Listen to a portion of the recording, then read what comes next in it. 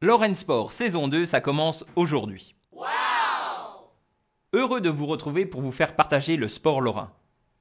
Lorraine Sport souffle sa première bougie. Et ça, c'est grâce à vous. Bravo et merci pour votre fidélité. Afin de ne pas vous décevoir et pour vous permettre d'en savoir encore plus sur l'actualité du sport dans notre région, on garde la même formule mais avec encore plus de surprises. Commençons tout de suite. L'hiver touche à sa fin, le changement d'heure c'est pour bientôt, ça sent le printemps. Mais il y a encore un peu de neige sur les hauts du massif vosgien. Retour sur les temps forts de cet hiver en Lorraine. Go!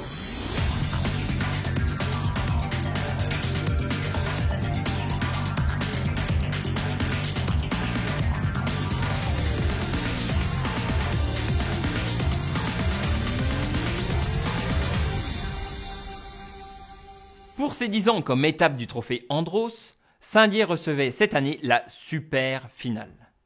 Tous les pilotes, auto, moto, buggy et voitures électriques s'étaient donné rendez-vous sur l'anneau du Géoparc pour clôturer la saison 2014-2015. Spectacle garanti. Soleil, ciel bleu et neige, le décor était planté. Les pilotes ont assuré le show. Dérapage contrôlé ou pas. Dépassement impossible. Un peu de casse, bien évidemment. Tout pour plaire au public venu nombreux malgré le froid. D'autant plus que 2 pilotes lorrains étaient de la partie, Quentin Gilbert et Antoine Leclerc. Cette édition restera comme un grand succès.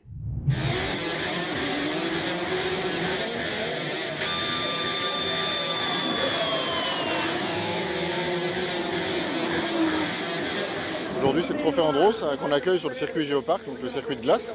C'est un circuit de 400 mètres réfrigéré avec 12 mètres de large. Beaucoup de glace aujourd'hui. C'est, je pense, une des plus belles épreuves qu'on ait fait depuis 10 ans. Donc on retrouve Olivier Panis, Franck Lagorce, Jean-Philippe Dérault. On a eu Alain Prost, voilà, on a eu de grands pilotes comme ça. On a Jean-Pierre Pernaut qui est là aujourd'hui qui roule. Donc c'est vraiment une belle journée avec le soleil, beaucoup de glace, du froid. Ça glisse, les voitures sont portière contre portière, en travers, ça se touche un petit peu. Et puis ça fait beaucoup de bruit, c'est sympa. Enfin voilà, c'est vraiment un super spectacle. On a plusieurs types de véhicules. Donc on a les grosses voitures thermiques, les voitures électriques, les filles avec la coupe des Ice Girls et les motos. C'est de la vraie course automobile, c'est facile d'accès. Tout le monde peut aller dans le paddock, voir les pilotes, c'est facile.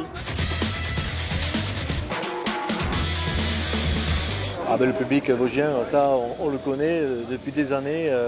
On sait qu'ils adorent le sport automobile et qu'ils viennent nombreux. Donc lorsqu'on roule et qu'il y a beaucoup de spectateurs comme ça, qu'il y a beaucoup d'ambiance, ça nous transcende et on a envie d'aller encore plus loin.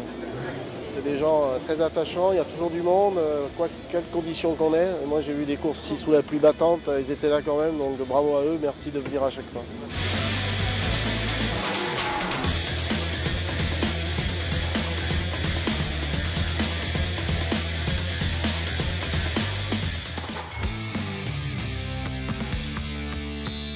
Je vous emmène maintenant faire un petit tour sur l'eau. Oui, je sais, il fait encore froid. Mais ça n'arrête pas nos champions de la Team Lorraine. Germain Chardin nous a invités au Pôle France d'Aviron à Nancy-Tomblaine. Il nous parle de sa passion pour ce sport, de ses conditions d'entraînement, y compris en hiver, et de ses objectifs à venir. Un grand rameur par la taille, mais également par le palmarès. Faisons connaissance.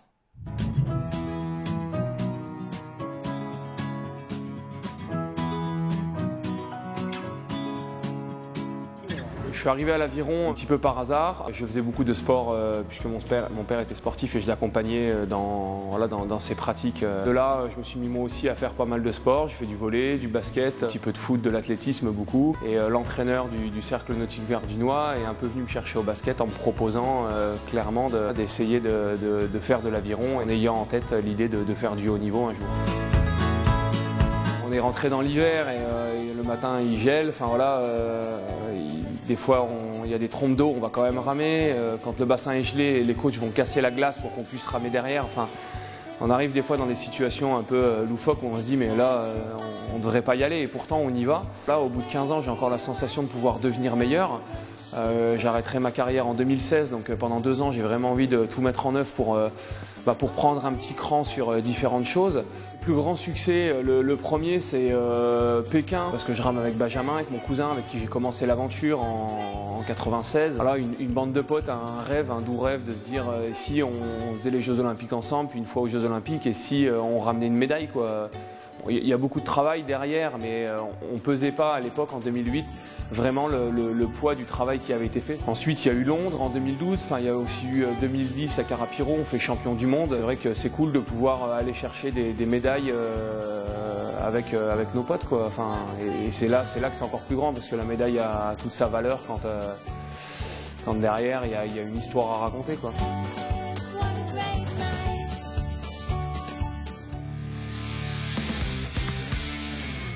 Parlons ski. Quelle est la différence entre le slalom géant et le slalom? L'objectif est toujours le même, arriver le plus rapidement possible en bas de la piste en ayant passé toutes les portes.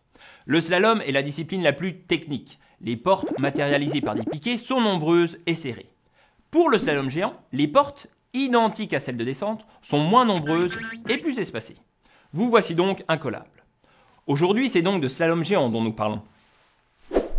Puisqu'une épreuve internationale féminine était organisée en Lorraine, les meilleures skieuses européennes avaient rendez-vous sur le nouveau stade de slalom de Gérardmer.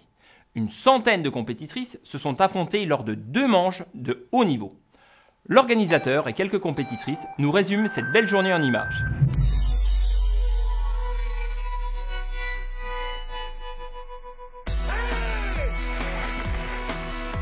L'événement, c'est ce qu'on appelle une course FIS, course du circuit international de ski alpin. Donc c'est ce qu'on appelle un slalom géant. Il faut arriver le plus rapidement possible en bas, ne pas louper une porte. Et donc ça demande beaucoup d'agilité, beaucoup de connaissances techniques. À Gérardmer, on peut faire du slalom géant, c'est déjà pas mal. Vous descendez quand même la piste en 1 minute 05, c'est vraiment pas mal. Le haut est plat, donc c'est agréable à skier parce que c'est facile, donc on se fait bien plaisir. Puis après on arrive à l'entrée de mur, un peu fatigué, un peu épuisé. Et là c'est plus du combat, c'est de rester dedans parce qu'il y a les cuisses qui commencent à chauffer, l'acide lactique qui monte. J'ai fait une première manche un peu mitigée, j'ai des problèmes de genoux en ce moment, du coup j'ai eu un petit peu de mal à venir appuyer sur ma jambe, donc c'était pas facile de prendre de la vitesse, mais je m'en sors pas trop mal.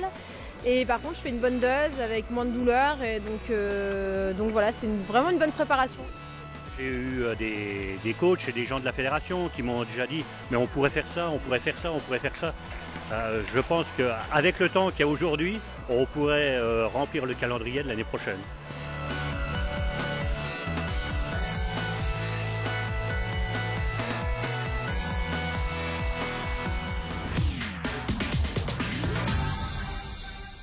La Lorraine au cœur de la cible.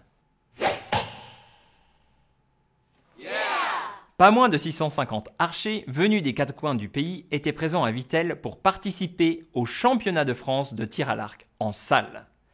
Parmi eux, une belle délégation lorraine, 2e région représentée en nombre sur l'événement. Depuis 3 ans, la Lorraine est territoire hôte d'un championnat de France. Fort des expériences passées et de la qualité de l'organisation, ce n'est pas une, mais 2 compétitions qui ont été organisées en 2015. Championnat de France adulte et championnat de France jeune. Cet événement, idéalement placé dans le calendrier, était également une belle répétition. En effet, certains compétiteurs se sont envolés dans la foulée en Slovénie où était organisé le championnat d'Europe.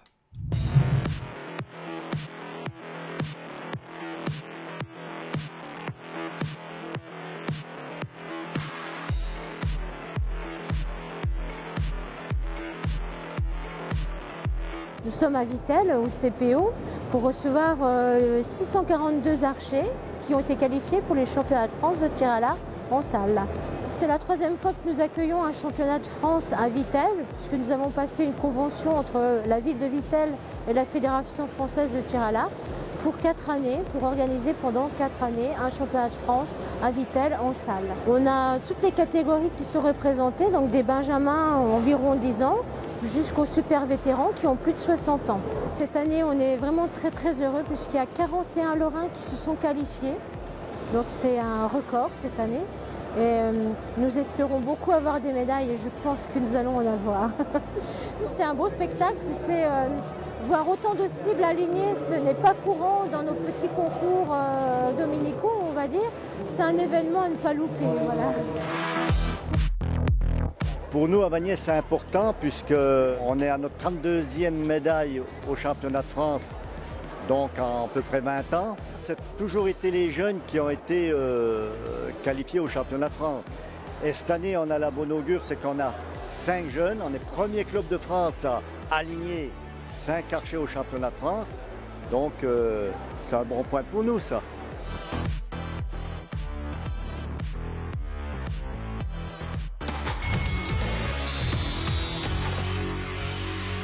Les Alérions du sport, c'est LA soirée sportive organisée par le Conseil régional de Lorraine. À occasion spéciale, tenue spéciale. Ouh! Eh ben c'est mieux comme ça. Allez, suivez-moi, je vous y emmène. Nous sommes donc à la Maison régionale des sports, centre névralgique du sport en Lorraine. Cet outil, appartenant au Conseil régional de Lorraine, permet de mettre en réseau l'ensemble du mouvement sportif régional. C'est donc ici qu'a lieu la soirée des Alérions du sport et grâce à Lorraine Sport, je vous fais pénétrer au cœur de l'événement.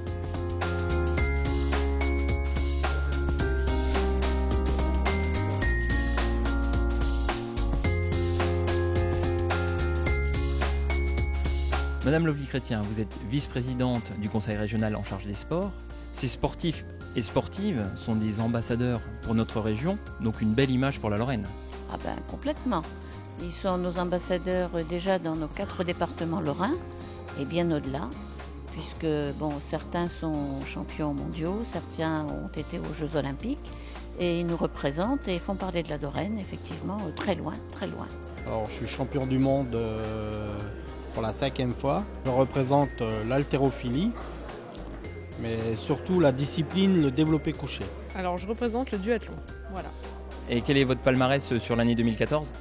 Alors j'ai fait championne de Lorraine en 2014, championne de France et championne du monde distance sprint. Ma discipline, je pratique l'aéromodélisme donc. Alors en 2014, je suis vice-champion du monde par équipe et 5e à la Coupe du Monde en individuel. Félicitations.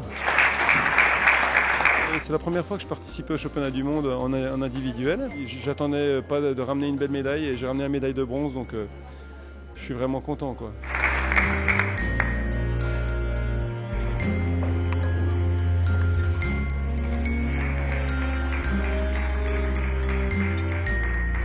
La région Lorraine a répondu favorablement à mon projet et m'apporte un soutien indéniable et très appréciable. Et j'en suis très fier. Un beau souvenir.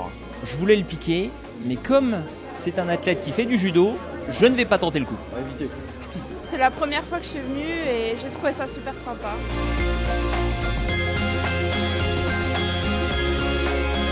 La soirée se termine. Habituellement dans notre émission, nous parlons des membres de la Team Lorraine, nos super athlètes d'élite, mais on se rend compte qu'en Lorraine, il y a également une multitude d'athlètes, sportifs, sportives, qui défendent haut et fort les couleurs de notre région, et la Lorraine est fière d'eux. Une fois de plus, la Lorraine prouve qu'elle est un beau terrain de sport pour tous et en toute saison. Lorraine Sport 6, c'est terminé. Vous connaissez la devise, alors n'oubliez pas, un petit footing de temps en temps, ça ne fait pas de mal. Ciao! Oups. Là c'est bon, je peux y aller.